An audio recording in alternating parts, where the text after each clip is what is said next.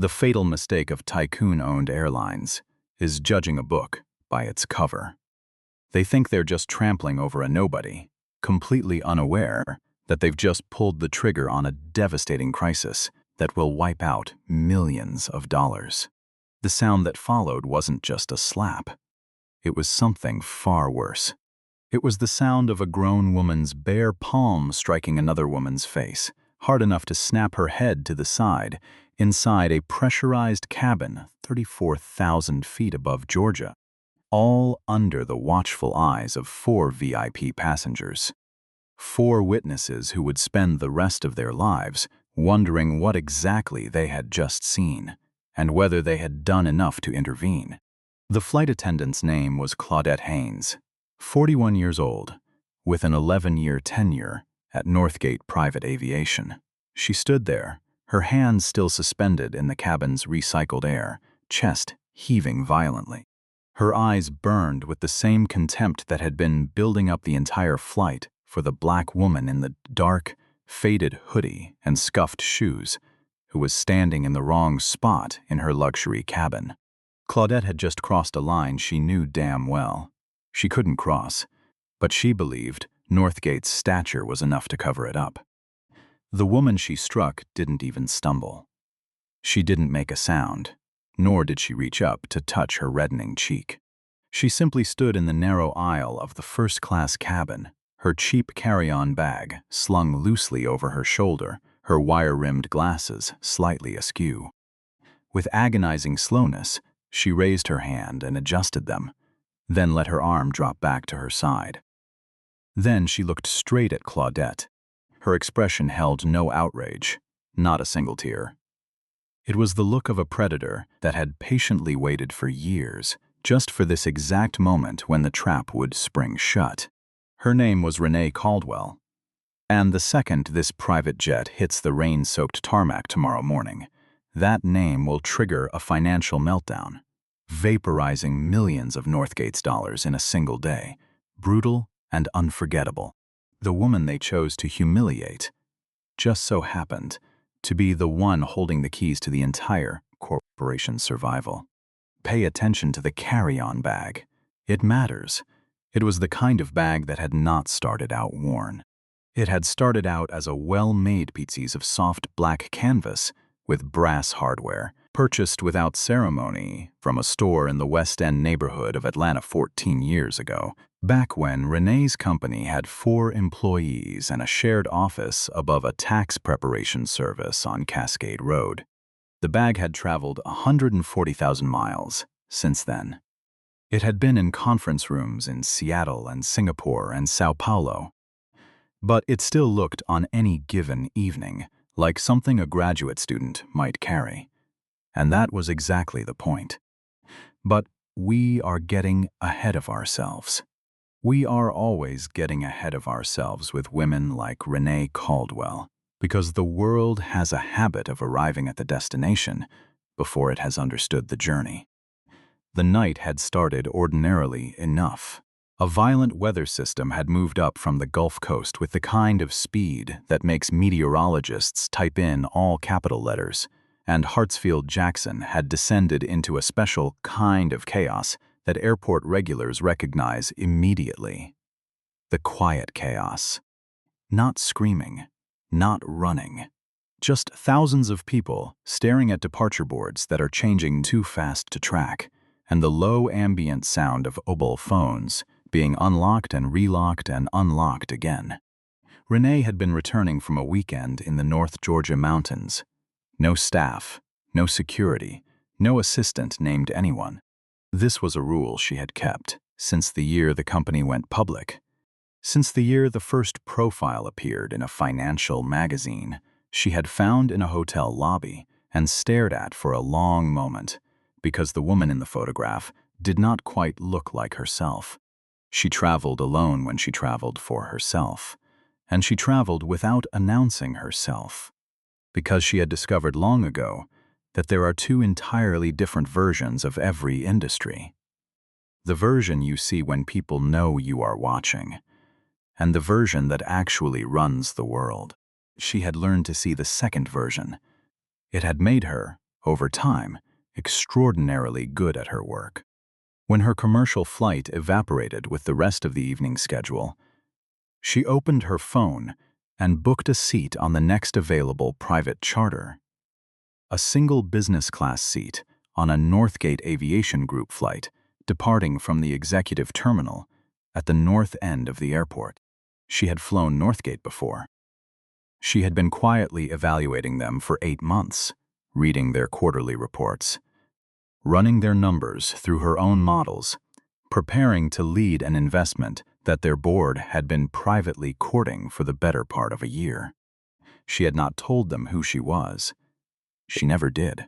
The jet was the kind of aircraft that announces itself through restraint.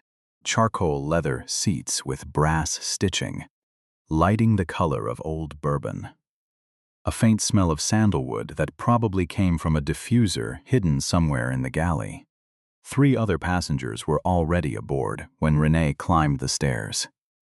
A couple in their late 50s dressed in the particular way of people who spend money on comfort rather than display. Linen and cashmere, no logos. And a man in a pressed blue blazer with the red face and loose posture of someone who had begun the evening at an airport bar and was continuing it here. A glass of something amber already, and he's sweating in his right hand. Claudette Haynes met her at the top of the stairs. Renee had seen her type before, though she had learned not to say so out loud. There is a kind of professional warmth that functions as a costume.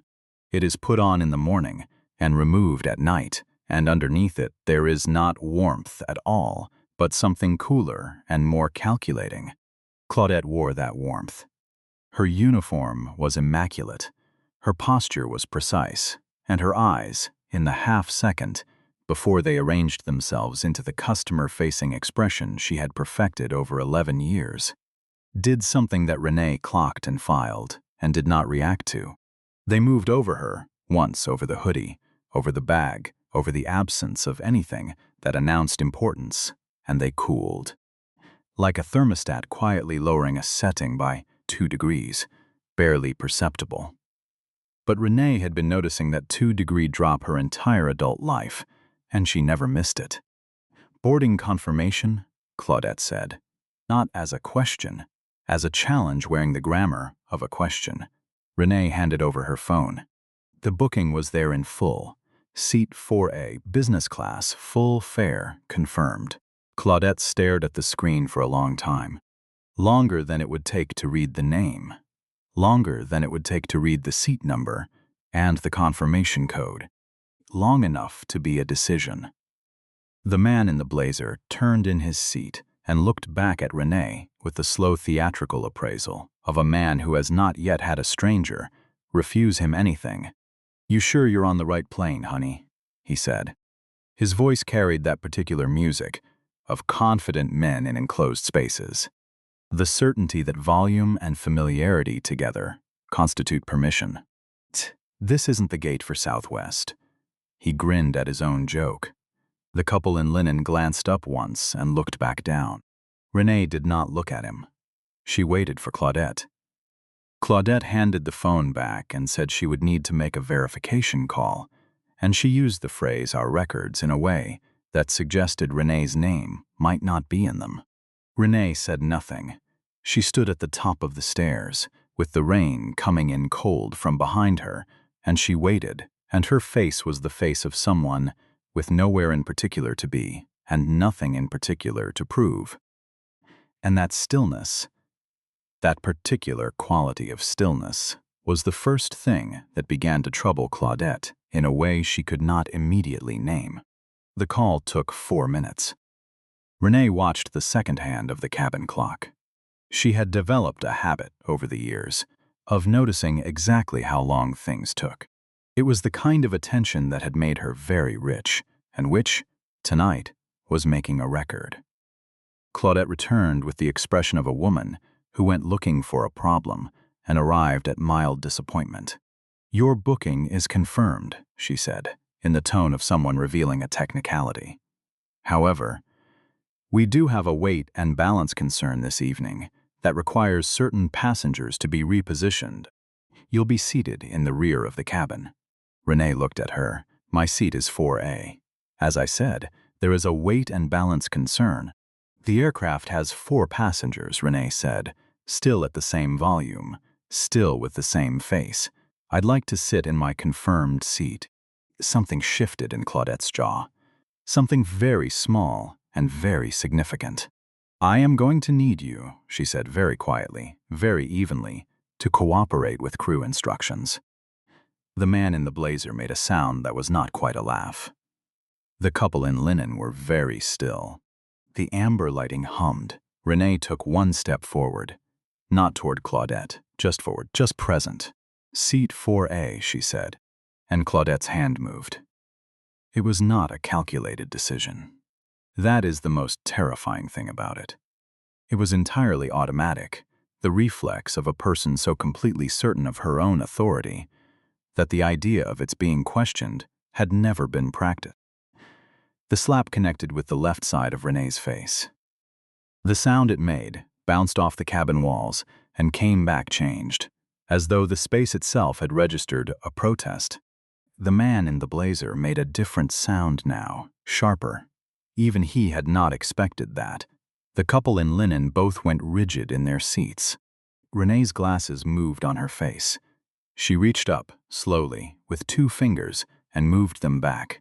She did not put her hand to her cheek. She looked at Claudette with the expression of someone who has just finished calculating a very large number and arrived at a result that surprises no one who has been paying attention. You have just made, she said, at barely a murmur, the most consequential error of your professional life. Claudette did not apologize. Claudette did not blink, she said, with the steady authority of a person who has never once been made to account for anything, that Renee could take a seat in the rear of the aircraft, or she could be removed from the flight entirely. She said it as though the universe ran in her direction, as though 11 years of unremarked small cruelties had confirmed this as fact. One of the overhead lights caught the corner of something at the back of the cabin. A young flight attendant named Sophie Park, standing in the galley entry with a stack of cocktail napkins in her hands, watching. Sophie was 26 years old. She had been with Northgate for 16 months.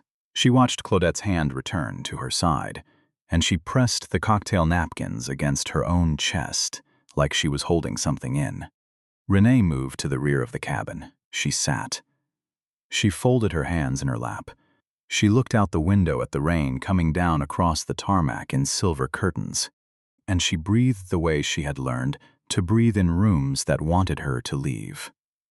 Slowly, deliberately, in and out, the way her mother had taught her when she was 9 years old and had come home from school with a mark on her report card that said bright but difficult to place. Her mother had taken her face in both hands and said, "You breathe, baby. You breathe and you remember everything, and later you decide what to do with it." Her mother had worked the overnight shift at a commercial laundry facility for 31 years and had never once been offered a supervisor's position, despite training every supervisor who held one. She had breathed through all of it. Renee was breathing now, and she was remembering everything. In the galley, Sophie Park set the cocktail napkins down on the counter and opened the passenger manifest on the service tablet. She had been trying to place the woman's face since the moment she appeared at the top of the stairs. There was something about the quality of her stillness, about the way she moved through the humiliation without bending into it, that pressed against Sophie's memory with insistent force. She scrolled through the manifest, she found the name, and then she stood very still with the tablet in her hands, and the galley's tiny refrigerator humming beside her. Renee Caldwell. Sophie typed the name into the corporate investor portal, accessible on her tablet because Claudette had once used her login and never logged out. The satellite connection was slow over the weather system. The results loaded in fragments. And when they assembled into a complete picture, Sophie set the tablet flat on the counter and pressed both palms against the cool stainless steel surface and stared at the far wall of the galley for a long moment before she was able to move again. What she was looking at was a profile she recognized. A name that appeared in quarterly reports she had once skimmed during a financial literacy class she had taken at a community college in Decatur 3 years ago.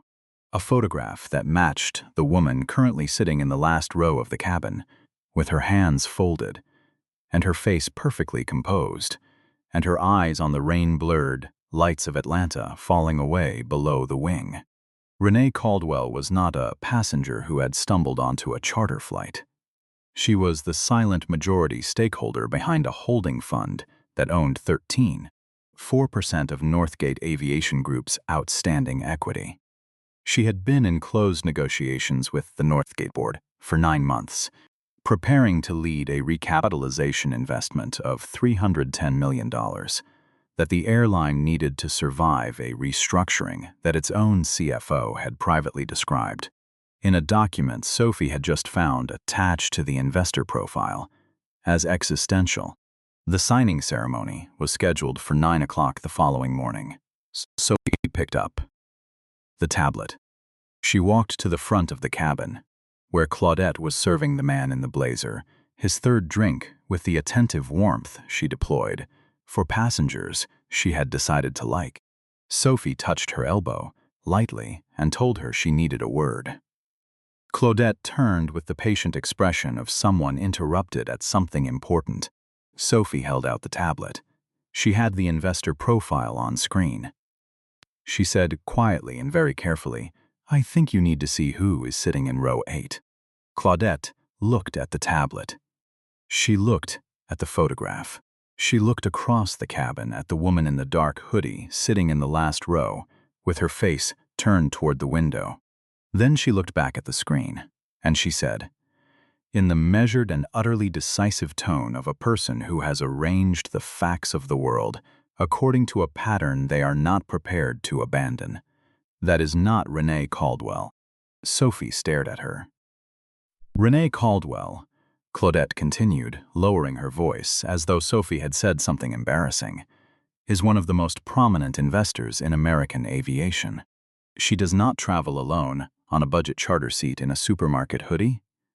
She glanced once more at the woman in the back of the cabin, and then handed the tablet back to Sophie with the precise gesture of someone returning something that has been handed to them incorrectly.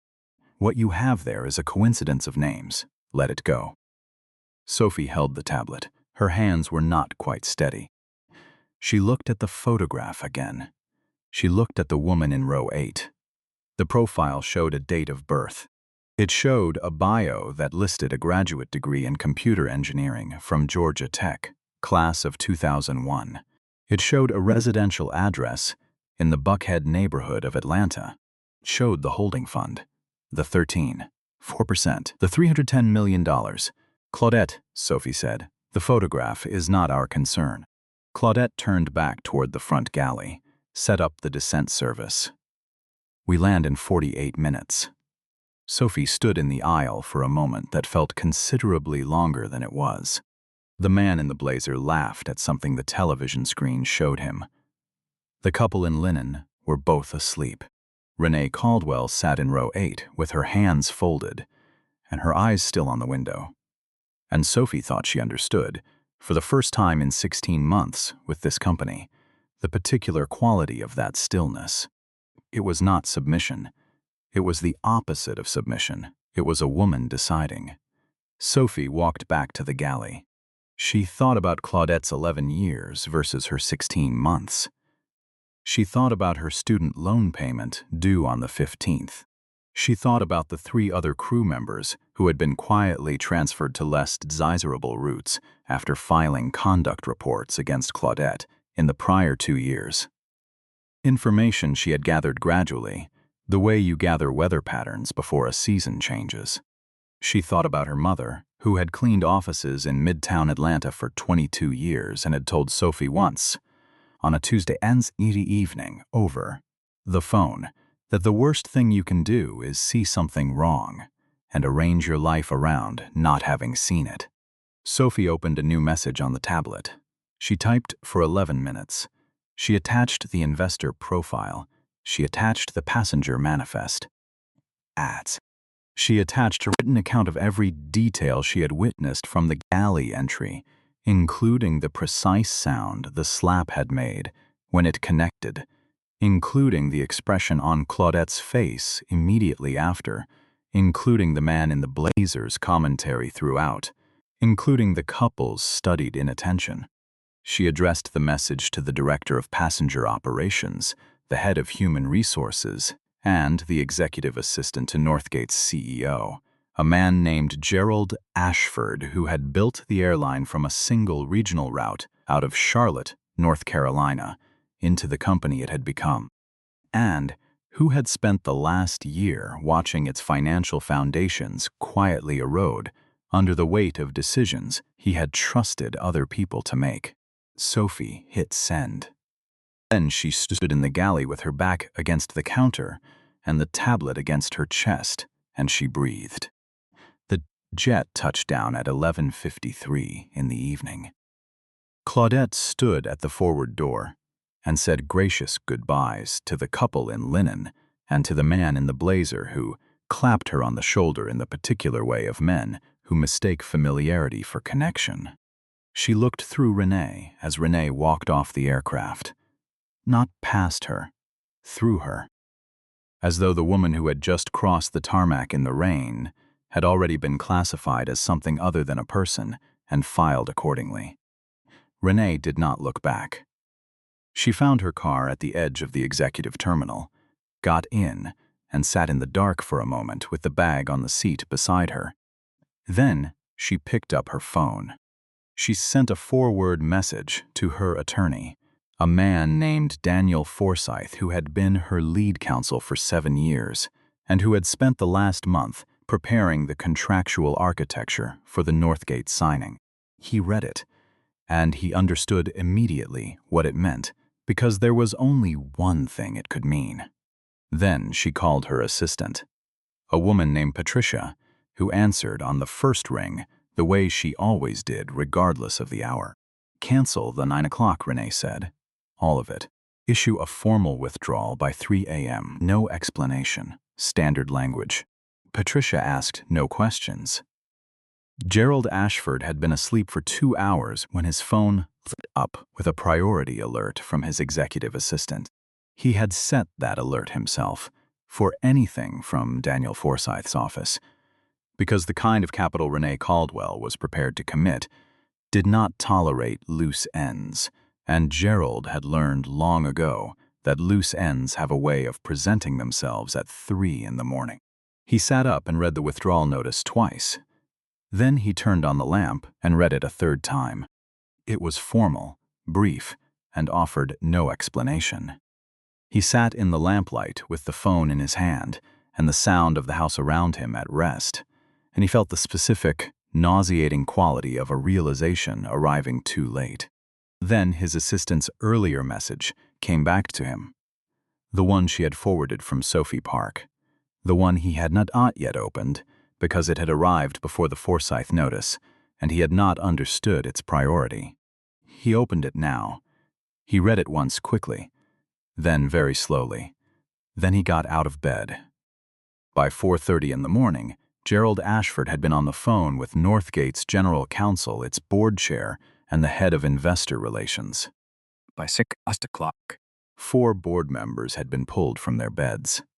By 6:52, someone in the investor relations office had made the mistake of mentioning the withdrawal to an assistant who had a contact at a financial wire service.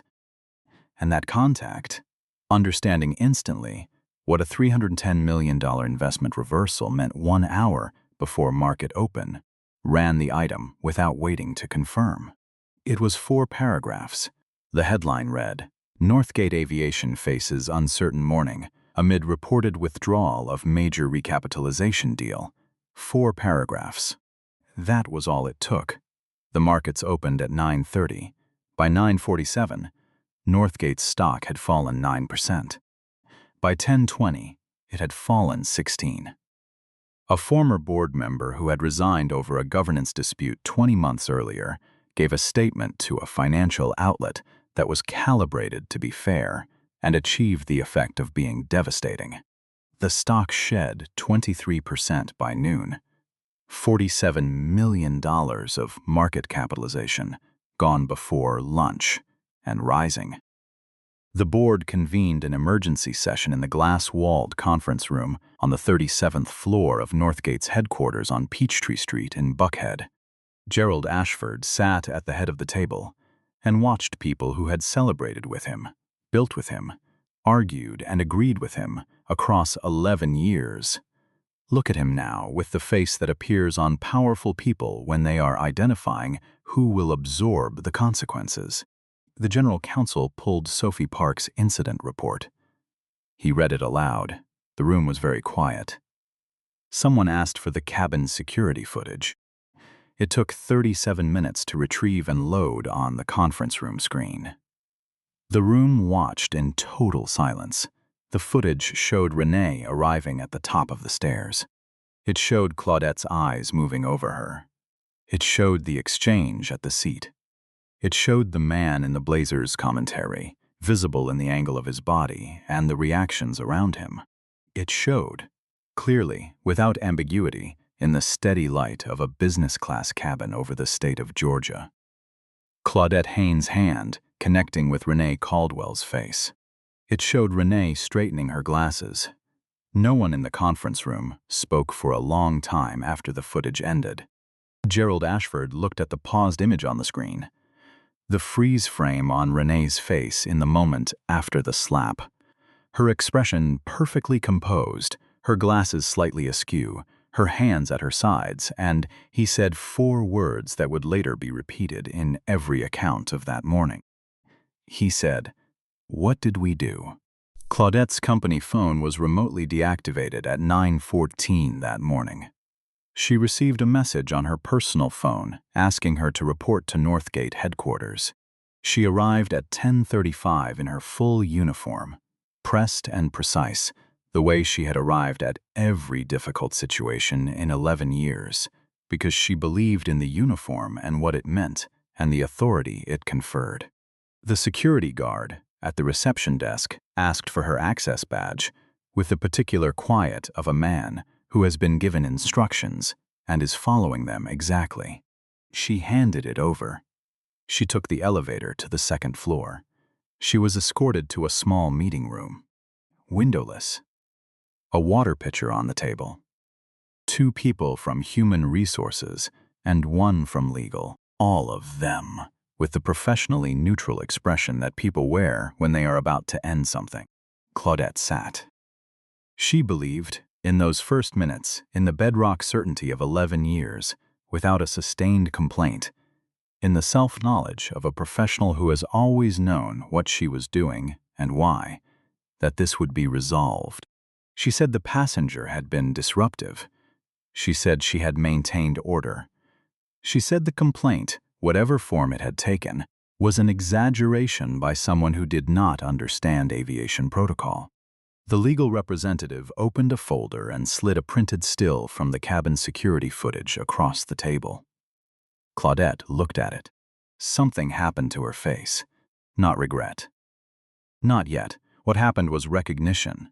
The cold, sudden recognition of a person who has believed their entire adult life that the rules which apply to other people do not quite apply to them, and who is confronting, for the first time, a piece of evidence that has no version of events she can rearrange into something manageable. She stared at the photograph, and she said nothing. Outside, the story was already moving through every channel these stories move through, when all the necessary ingredients are present in the right proportions.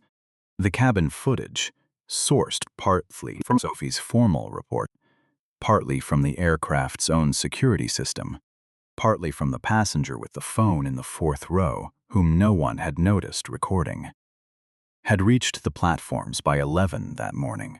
The public's response was what it always is when the thing that has long been sensed is suddenly made visible, instantaneous and total, and louder than anyone was prepared for. Advocacy organizations issued statements. Sponsorship partners issued internal reviews, which in corporate language means, "We are deciding how fast to leave." A consumer protection group published an open letter that included, and this was the part Northgate had no answer for, documentation of 4 previous incidents on Northgate flights in the prior 3 years involving Black passengers who had been rerouted, downgraded, or removed from aircraft on grounds that subsequent investigation had found to be without merit. All 4 had been settled internally. None had ever been publicly acknowledged. Those 4 incidents now stood in the light of this one, and they were not small anymore. By the following afternoon, 2 of Northgate's 3 largest institutional investors had requested emergency briefings with the board. One of them used the phrase "reviewing our position," which means they were already building the sell order. Claudette stopped going outside by the end of the week. Not because she had been told to, because her face was now attached to something she could not outrun. Renee Caldwell gave no interview that day. Her publicist, a calm, architecturally precise woman named Gloria who had worked in communications for 26 years and understood the strategic geometry of silence, confirmed only that Ms. Caldwell was aware of developments and would speak when she chose. Gloria had already discussed with Daniel Forsyth the exact shape of what when she chose would look like. 48 hours for the story to self-organize around the documented facts, for the public's own moral processing to complete its first full cycle, so that when Renee's voice entered the conversation, it would land not on a landscape she had to define, but on one that was already fully shaped. Renee appeared on a financial news program broadcast from a midtown Atlanta studio. She wore a dark blazer. Her natural hair was framed by studio lighting with the quality of something intentional. She sat with her back straight and her hands in her lap, and the carry-on bag, that worn black canvas bag with the brass hardware, sitting on the floor beside her chair because she had brought it on purpose and because some symbols do not require explanation. The anchor's name was Margot Delaney. She had conducted interviews with 4 sitting senators and 2 secretaries of state, and she would say afterward that Renee Caldwell was the most controlled person she had sat across from in 21 years of live television. Renee did not cry. She did not perform anything. When Margot asked her to describe what had happened on the aircraft, she described it in the flat, precise register of someone giving a deposition, not a testimony of grievance, not a bid for sympathy, just facts in order in a room where they had not previously been allowed to exist in this form. When Margot asked how she felt, Renee was quiet for a moment. The studio was very quiet. Then she said something that was replayed 140,000 times in the 3 days that followed. She said, "The slap is not the story. The slap is just the thing that made the story impossible to ignore.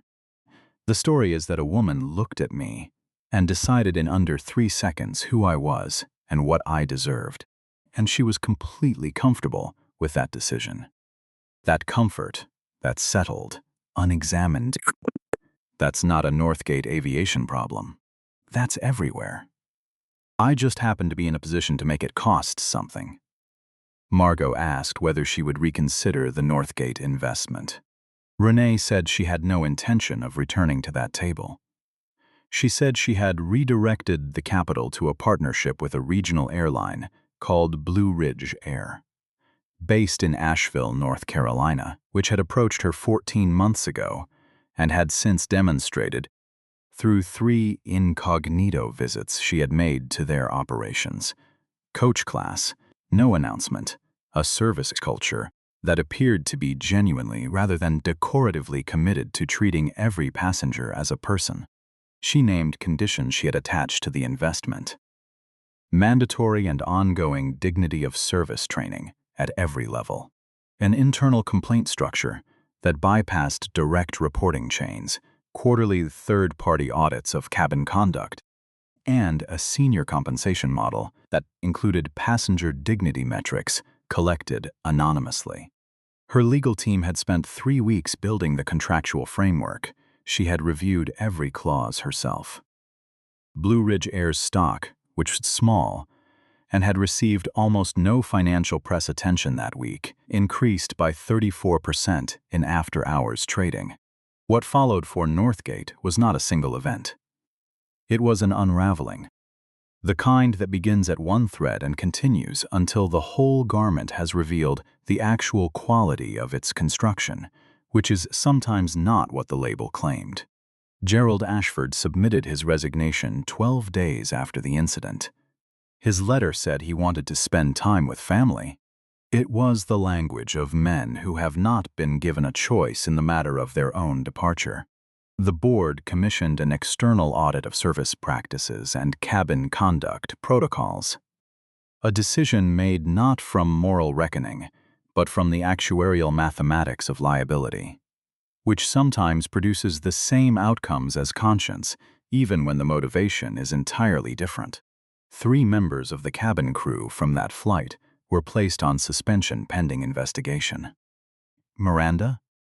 No, Claudette had already been formally terminated 5 days before, following the completion of the HR review, the outcome of which surprised no one who had read Sophie's incident report or the prior 4 settlements. And Claudette herself. She had expected the termination. She had not expected the rest. She had not anticipated the weight of being recognizable to strangers in a particular way. Not with admiration, not with indifference, but with a specific kind of recognition that carries no warmth at all. She had lived for 11 years in the invisible authority of a uniform and a title and a set of assumptions about who was permitted to do what on aircraft that belonged to a company she had served, without ever questioning whether the standards she upheld applied equally in every direction. She had not questioned it because she had not needed to. When you have never been on the wrong side of a set of assumptions, you rarely notice that the assumptions exist. She hired an attorney. Through that attorney, 3 weeks after the incident, she submitted a formal request to meet with Renee Caldwell. She expected no response. The response arrived in 5 days. Yes, 1 hour, location and time to be specified. Claudette arrived at Renee Caldwell's offices, a suite of clean, spare rooms on the 19th floor of a building on West Peachtree Street that she had walked past 100 times without knowing who it housed, exactly on time. She wore no uniform. She carried nothing. She had spent 4 days preparing a statement and had deleted all of it the night before, because none of it had survived contact with the honest part of herself that kept asking, "But is it actually true?" An assistant led her to a small conference room. Renee was already seated, a cup of coffee on the table in front of her, the worn black canvas bag on the floor beside her chair. Claudette had not noticed the bag on the aircraft. She had noticed the hoodie, the glasses, the absence of everything that signals importance, and she had made her determination in the first 3 seconds and had not revisited it. She noticed the bag now. She could not have explained why it made her feel the thing she felt looking at it. She sat. She looked at her hands. She said she was sorry. She said she had not known who Renee was. She said it that way, as an explanation, as a door she was trying to open toward absolution, and she heard it fall flat in the room the moment it left her mouth. She heard it land wrong. She could see landing wrong on Renee's face. And she felt, for the first time in all of it, the argument she had been making to herself beginning to fail from the inside. Renee set her coffee down. She said, "That's it. That is the exact thing. You didn't know who I was." She said it back to Claudette without inflection, turning it over so they could both see what it actually was. "That's your explanation.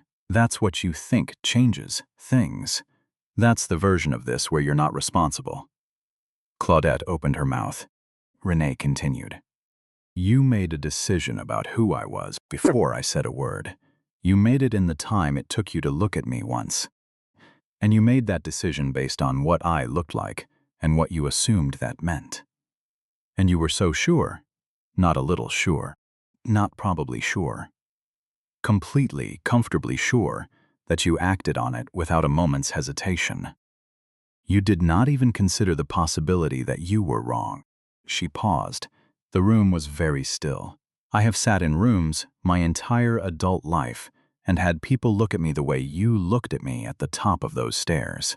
Teachers, hiring managers, loan officers, investors, people who read my resume and formed a picture in their head that I didn't match when I walked in the door. I have had my ideas explained back to me by people who knew those ideas were mine. I have had my achievements credited to other people in rooms full of witnesses who said nothing. I absorbed all of it because the cost of naming it, every single time, was too high for one person to pay. She looked at Claudette steadily. But you were on a camera, and I was carrying enough equity in your company to decide its future. And those things together have made it possible for this to cost something. Not for me, she said. For the next woman who walks up those stairs with the wrong kind of bag. Claudette was crying. The tears had come without any plan or performance, somewhere, during the second silence, and she had not stopped them because there was nothing left in her to arrange into composure. She was crying in the specific way of someone who has been certain their entire life and is discovering, in this small room with the afternoon light coming through the glass, that certainty is not the same as correctness, and that the difference between them is sometimes everything. "Can you forgive me?" she asked. The words broke in the middle. Renee looked at her for a long moment. Not coldly, not warmly. "The way you look at something true, I don't know yet," she said. "That's the honest answer. I genuinely don't know." She stood. "What you do next matters more than what I decide today, and that's not me withholding something from you. That's just the truth about how any of this actually works." She picked up the bag from beside the chair. She walked out of the room. Claudette stayed in her chair for a long time after the door closed, the way a person stays in a seat when movement has not yet reassembled itself into a viable option. Then she stood. She rode down 19 floors in the elevator. She walked through the lobby and out through the revolving door into a West Peachtree Street afternoon that was entirely indifferent to her presence. The anonymity of it, the city going about its business as though she were not there, felt nothing like the invisibility she had spent her whole career avoiding. It felt like a sentence, the kind that does not have a stated end date. Renee did not return to the Northgate table. That was clear in the formal communications from Daniel Forsyth's office, in the financial press coverage, in the way the story settled into history. What she did instead was move on Blue Ridge Air with precision and speed, signing the first tranche of the investment in a conference room in a building in Asheville, North Carolina, that looked nothing like Northgate's glass tower on Peachtree Street, that smelled of coffee and old carpet, and the specific functional atmosphere of a company that has not spent its money on impression management. She attached to that investment something that had never quite been attached to an airline deal in this particular form. A living document called the Dignity Standard. It was 37 pages of contractual obligation, covering every tier of passenger interaction, from initial booking to deplaning. It included the third-party audits, the anonymous dignity surveys, the restructured complaint channels, the compensation provisions. Her legal team had argued that the document was unprecedented in its scope. She had said that was the point. Sophie Park received a call from Renee's assistant, Patricia, 4 weeks after the night on the Northgate jet. The call was brief and direct, and invited Sophie to interview for a newly created position at Blue Ridge Air. Director of Cabin Culture and Passenger Dignity, jointly funded by the Caldwell investment, and a newly established foundation Renee had endowed the previous year. The interview lasted 43 minutes. Renee asked Sophie one question that she spent more time on than any other. Why had she sent the incident report after being told directly by a superior not to pursue it? Sophie thought about the question for a moment that felt longer than it probably was. Then she said, "Because I knew what I had seen was real. And I knew that if I went to sleep that night without writing it down, I would wake up the next morning, and I would have to decide what kind of person I was going to be for the rest of my career. And I had already decided." Renee nodded. She did not ask any further questions on that subject. The offer came the next morning. Sophie accepted it before lunch. Northgate Aviation found replacement financing at unfavorable terms and entered a restructuring that would reduce its workforce by 18% and its fleet by 11 aircraft over the following 22 months. A new CEO arrived with a mandate for cultural transformation and the particular kind of energy that new CEOs bring when they have been handed a broken thing and told to fix it without too much disruption to the existing structure, which is like being handed a cracked foundation and asked to add floors. Some progress was made. Some of it was genuine. The work was slow and unglamorous and largely invisible to the people who had already moved on to other stories. Claudette found work eventually, in a role that had nothing to do with aviation, in a city that was not Atlanta, and she did the work quietly and without announcements. The way a person does when they are no longer certain that their judgment can be trusted and are trying to build that certainty again on a different foundation than the one that had failed. Whether she was succeeding was a question she could not answer on most mornings. What she could say? The one thing she had come to be certain of was that she was asking it. She was asking it every day, which was more than she had ever done before. Renee spoke at the opening of a technology and engineering mentorship center in the Vine City neighborhood of Atlanta, in the same part of the city where she had grown up watching her mother leave the house in the pre-dawn dark to catch the bus to the laundry facility on the other side of the city. She stood at a podium without notes, in a room full of young people who were working very hard to get somewhere and who needed someone to stand in front of them who had made the journey and could describe it honestly.